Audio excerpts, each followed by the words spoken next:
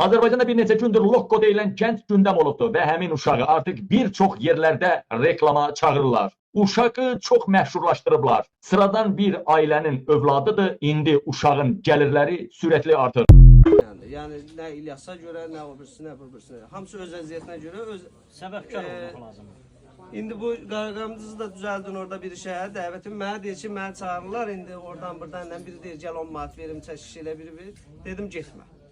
Amma normal maaşa qəşəng təqdim eləsin, lokomuzdur. Bir də deyirlər ki, bunun dişlərini düzəltdirir. Bunun dişini düzəltdirsə, bunun özəlliyi itəcək. O bir dənə gülüşüm var, o böyür üstə gül.